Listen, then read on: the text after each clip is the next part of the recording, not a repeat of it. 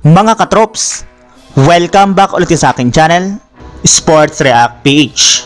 At ngayon nga ay pag-uusapan natin ang balitang bumabagsak na nga po ngayon ang performance ni Brandon Podziemski. Pag-uusapan na rin nga natin dito sa ating panibagong video, ang game preview ng laban ng Los Angeles Lakers kontra sa Sacramento Kings.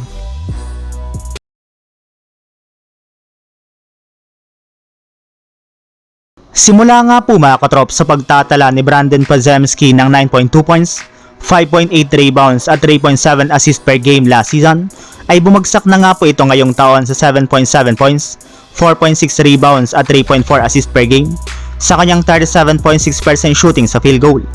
Bumagsak na rin naman nga po ang efficiency rating nito sa mga laro ngayon ng Golden State Warriors sa dami ng mga maling nagagawa nito sa loob ng court, lalo na sa mga crucial moment ng laban, mapa-opensa man yan o depensa.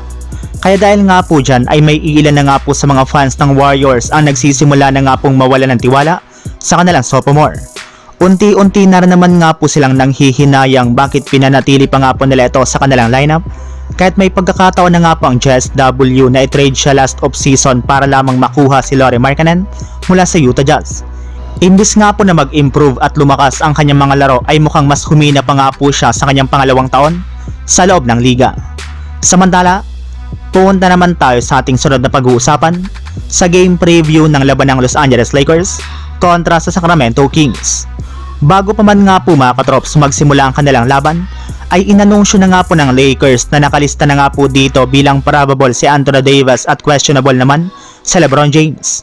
Maglalaro rin naman nga po si Bronny James at Maxwell Lewis sa kanilang G-League team na South Bay Lakers, habang hindi na naman nga po dito maglalaro ang kanilang mga manlalaro na sina Jackson Hayes, Jalen Hood-Schifino, Jared Vanderbilt at maging si Christian Wood.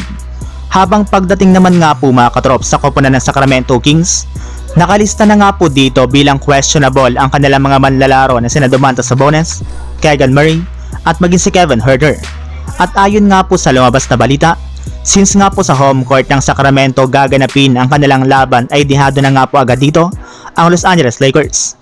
Kaya kung sakali man nga po na matalo na naman sila dito, ay suggest na nga po ng ilang mga analyst na kailangan na nga po talaga nilang ipagpatuloy ang kanilang trade sa pagkuha sa matagal na nga po nilang target na si DeJounte Murray mula sa New Orleans Pelicans.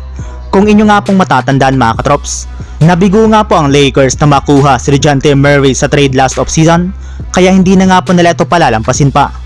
Maaari naman nga po nila itong makuha ngayon gamit sina D'Angelo Russell, Gabe Vincent, Jalen Hood-Schifino at isang future second round pick. So yun lang mga katrops, ang handog kong story ngayong araw. Sana nag-enjoy kayo, please like and subscribe my YouTube channel, Sports React PH, para sa iba pang story at update patungkol sa NBA. Kita-kits muli sa ating susunod na video.